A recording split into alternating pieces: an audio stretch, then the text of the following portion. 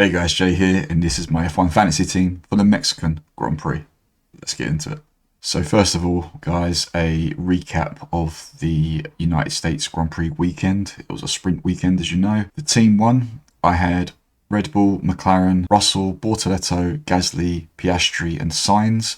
I had Piastri as my ×2, but as you can see, I used autopilot, which meant Russell became my ×2. In terms of transfers, it was Albon to Russell, Hadjar to Gasly, gave me 4 points and a 0.7 price rise, and the autopilot chip paying off with 26 points and moving slightly up the rankings, 852 places. For Team 2, currently my best team, I had Mercedes, McLaren, Verstappen, Russell, Gasly, Hadjar, Sainz, and I played the ×3 chip. So I had Russell as ×2 and Verstappen as ×3. In terms of transfers, it was Piastri to Verstappen, Ferrari to Mercedes. The transfer of Piastri to Verstappen gave me 50 points. Unfortunately, Ferrari to Mercedes, -24. Ferrari coming out of nowhere during the Grand Prix.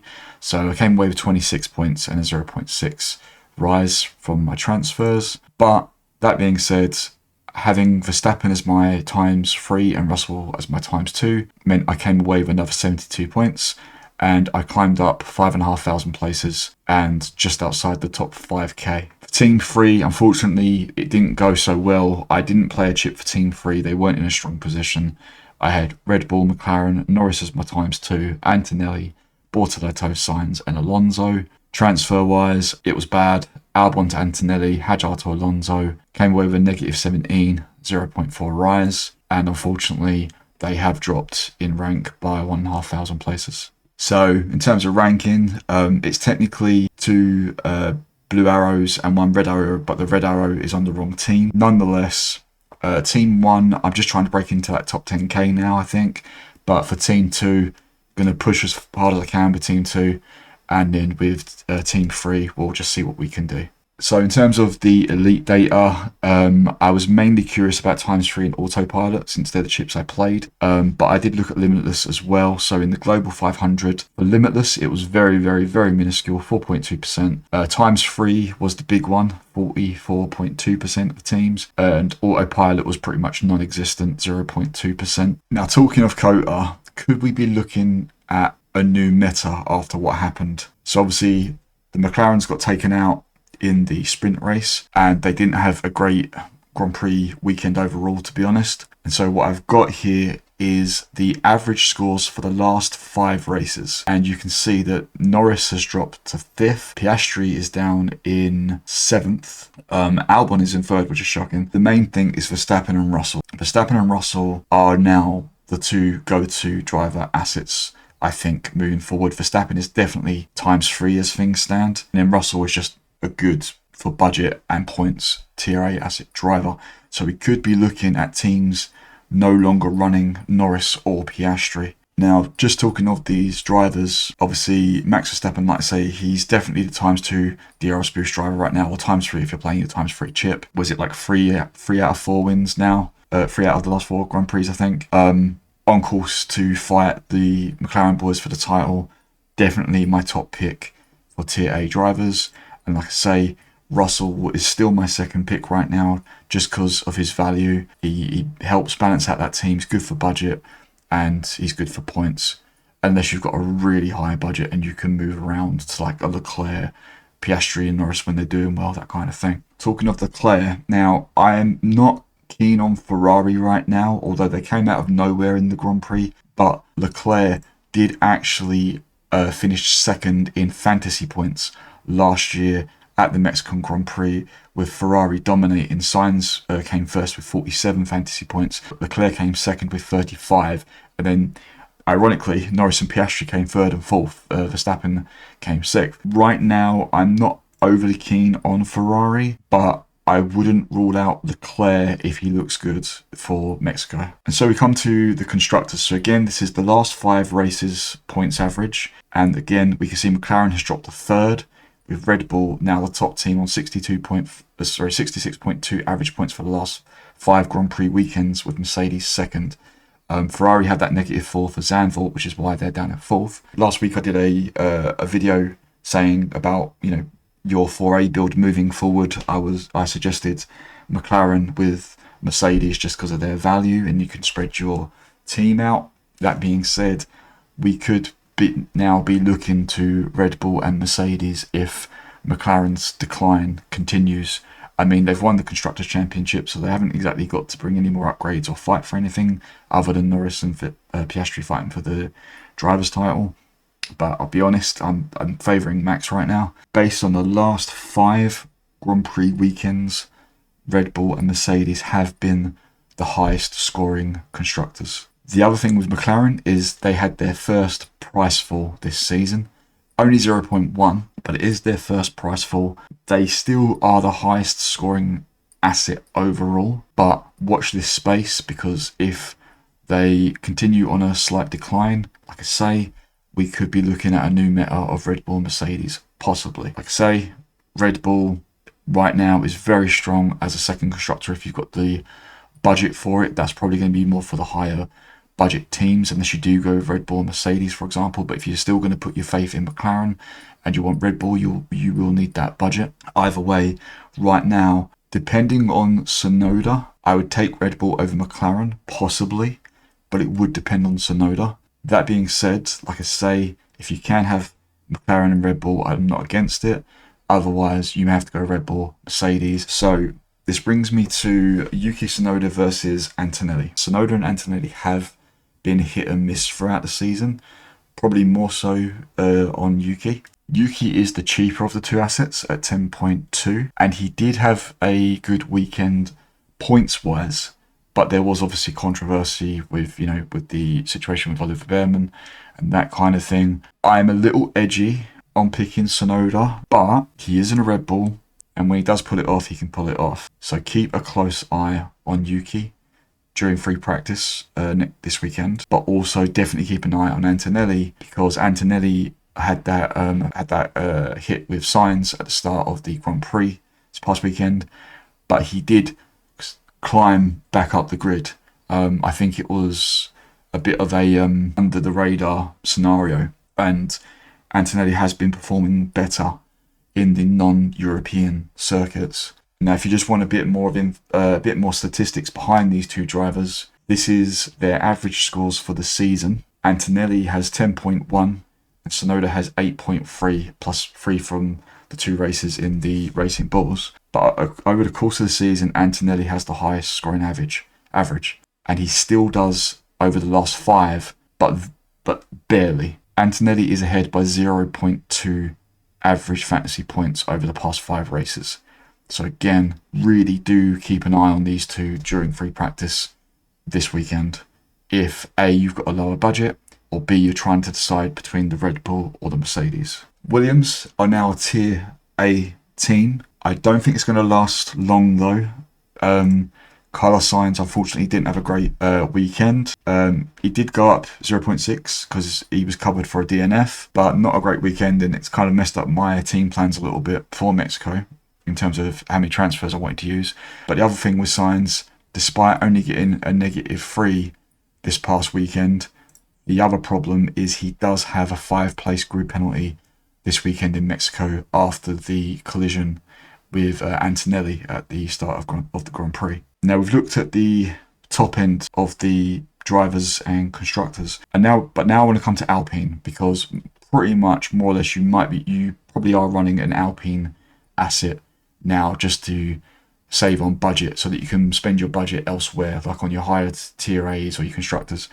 So obviously we've got Pierre Gasly and Colapinto. I've personally favoured Pierre Gasly out of the two. He's currently in 2 of my teams, I believe. However, Colapinto has been on a bit of a rise, and even though he was told to stay behind Gasly in the Grand Prix this weekend, he made the move and made the overtake, which fortunately meant there was no price rises for either asset. But Colapinto's confidence has come in a little bit. And so again, this is the average score for the season for Gasly and Colapinto. Gasly does lead, but again, it's only minuscule, 0.2. So Gasly has 1.3, Colapinto has 1.1. That's for the season. However, if we go by the past 5 race weekends, it's actually Colapinto by 1.4 ahead of Gasly in terms of fantasy points. So Colapinto based on this, is more favourable out of the two Alpine assets. So let's come to the budget builder. Obviously, budget is more or less almost out the window now, since we're now looking for those points, but it's still good to know who you can bring in just to keep that budget building. For Tier A, Norris and Piastri are out the window now, by the looks of things, for budget this weekend. I still favour Verstappen and Russell as things stand. However, Leclerc only needs a -1 for a 0.1 and 19 for a 0.3. Like I say, he did come second in F1 Fantasy last season. In terms of the Tier A constructors, Red Bull and Mercedes, Ferrari if they look good. I probably wouldn't go with Williams for the budget increase, unless again you've got a lower budget. McLaren probably will get a price rise, but if you want the 0.3s, Red Bull, Mercedes are more likely because they're covered for a DNF at least. Same with Ferrari. Again, Tier A constructors is just more about points now, so I wouldn't worry too much with budget on them. Tier B drivers, it's a little slim pickings for those guaranteed price rises being a non-sprint weekend. Tsunoda has the best chance. He's the only asset that can score negative points and still get that price increase. But again, as I said, Tsunoda can be hit and miss. But otherwise, Colapinto needs 3 points for a 0.2. Alonso 3 points for a 0.2 or 8 points for a 0.6. Behrman only needs a point for a 0.2, 8 points for a 0.6. I'd probably be looking more at the 0.2s, if I'm honest, because of it being a non-sprint weekend, and unless, with overtakes and positions gained. So it's slim pickings, but I would look at Tsunoda, Colapinto, Alonso, Behrman, Dawson, Bortoletto, and then Antonelli. I wouldn't look at Gasly, and I wouldn't look at Hadjar down, if I'm honest, for budget rises with the B tier drivers, and with the Tier B constructors, Racing Bulls and surprisingly Alpine are the most likely for a price increase. I wouldn't touch Alpine for points though. Racing Bulls I would touch for points, and Aston Martin can have their day. The same with Kik and the same with HAAS. So chips, my train of thought for Mexico, Limitless is a go for two reasons. One, earlier in the season it was stronger in non-sprint weekends, but also we're getting to the end of the season, and the longer you leave it, the less delta you're going to gain, in theory. If you want to save it for Brazil being a sprint weekend, absolutely understandable, but I am putting a tick for Limitless this weekend. Wildcard, I'm putting a tick because you may have that budget now to move around your team, go for that 4A build. Final fix is always an option, especially with how things have been going with the Tier A drivers. Autopilot, I've put a question mark on. I don't rule out autopilot, but I wonder if it will be more helpful in a sprint weekend. It helped my team 1 out this weekend. But again, autopilot is a good chip to use towards the end of the season. Only use autopilot if you really, really feel strongly about it. And then for me, no negative and extra DRS is a no, because there's no issues with weather. Shouldn't be any, if any, DNFs, and extra DRS. The ×3 is I just think it's stronger on a sprint weekend. So that brings me to my team selection. Now, I was hoping Sainz would do well, and then I was going to be looking at possibly just one transfer, Piastri to Verstappen, although I can't actually afford him, so that wouldn't have worked anyway. But for me, Sainz would be out, and that would allow me to bring in Verstappen, but I would have to run double Alpine, which I'm not too happy about, but it's the only way I can get Max, and at the moment he is a must. So yeah, it's either that or it's drop Piastri and drop Red Bull, bring in Max as our boost driver, and then we go down to a Mercedes. But Sainz would have to look good for points. He's not expected a price rise, so I'd be taking a budget hit. I'm I'm hoping he does look good for points. Because I'm just worried about Tsunoda. Even though he done well this past weekend, you can see Singapore, he only got 4 points, got 0 in Italy. So points wise, I'd prefer this, but at the moment, it's more likely to be this as things stand. It just means I'm using both transfers again, which is what I didn't want to do. Now for team 2, HAAS is a sell for me now. Again, if Sainz looks good for points, I could go for Delermain. Or I could go for Alonso, or I could go for Lawson. Given Delermain has the most overtakes, I'm not against this. If I was to drop Mercedes and go to Red Bull though, I could go Alonso, which I don't mind, but, and I know this might seem a bit weird, when I was playing around with my teams last night, I was thinking of dropping HAAS and Sainz and going for Tsunoda, which is a gamble, and then Colapinto, and then I've got McLaren, Mercedes, I've got the 2 Red Bulls, and I've got Russell. So it's something I'm considering. Otherwise,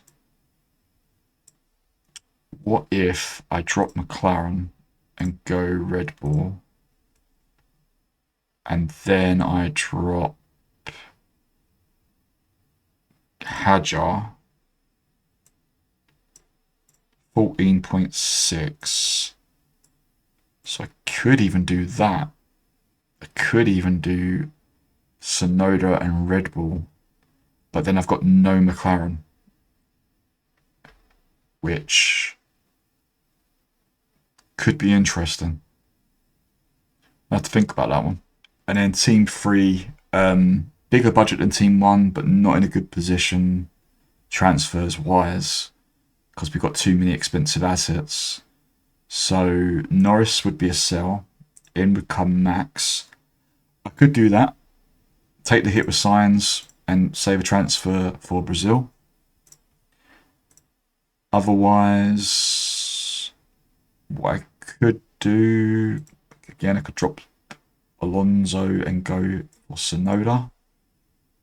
Triple Red Bull, McLaren and Antonelli. Not against it. I don't mind that, actually. I don't mind that at all.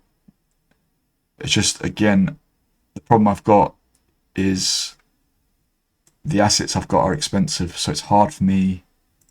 I can't even do... Yeah, see, if I get rid of Norris and Antonelli, yeah, it's either Antonelli or Tsunoda. So again, that would be a triple Red Bull. So, Norris, Alonso, go Max, and then Tsunoda. So I could run a McLaren triple Red Bull, which I didn't realise last night. So if you're here in the UK, it's going to be a late one for us. On Saturday, practice 1 is at 7:30.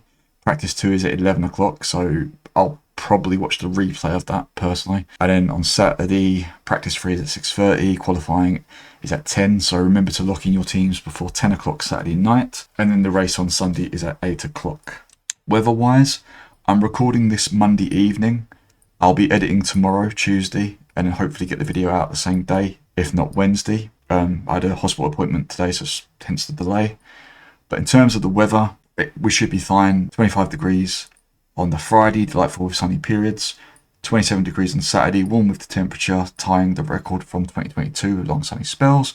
And then on the Sunday for the Grand Prix, sun and areas of high clouds, 26 degrees. Last year's top 12 in F1 Fantasy, which we've covered earlier. Ferrari was the most dominant, with Sainz and Leclerc coming in first and second. We then had the two McLarens, Norris and Piastri, Hamilton in the Mercedes, followed by Verstappen, and the other six were Russell ahead of Magnussen, Stroll, Ocon, Perez, and Hülkenberg. So, in case you missed it,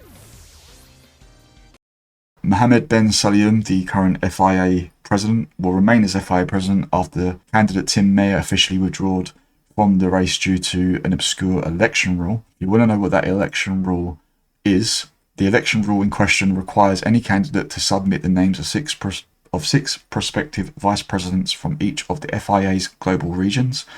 Bernie Ecclestone's wife, Fabiana, is currently the only representative for South America and has already declared her support for Mohammed Ben Sulayem. So, in other words, he's currently unopposed because other candidates don't have these candidate requirements.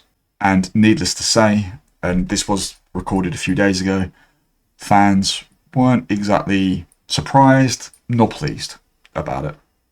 Formula One announced a 5-year partnership with AppleTV to become the exclusive broadcast partner for the US from next season. And the Circuit of the Americas Grand Prix has been extended to 2034. And in other racing news, the World Endurance Championship is set to introduce success handicaps to the hypercar category next year as part of a number of changes revealed by the release of the sporting and technical regulations for the 2026 season. This come in a week or so after it was announced that Porsche will be terminating their hypercar program. And finally, in GridRivals, I had a great weekend, 1,101 points, a 5.7 million budget rise at Hülkenberg, Verstappen, Norris, Tsunoda, Colapinto, McLaren, and I rose to rank 7,632. And I'm just under 2,000 points behind first place. And that is it from me for this video, guys. Thank you for watching. I really appreciate it. Good luck this weekend. And I will speak to you soon to discuss our plans for the Brazilian Grand Prix. All the best. Thanks. Bye.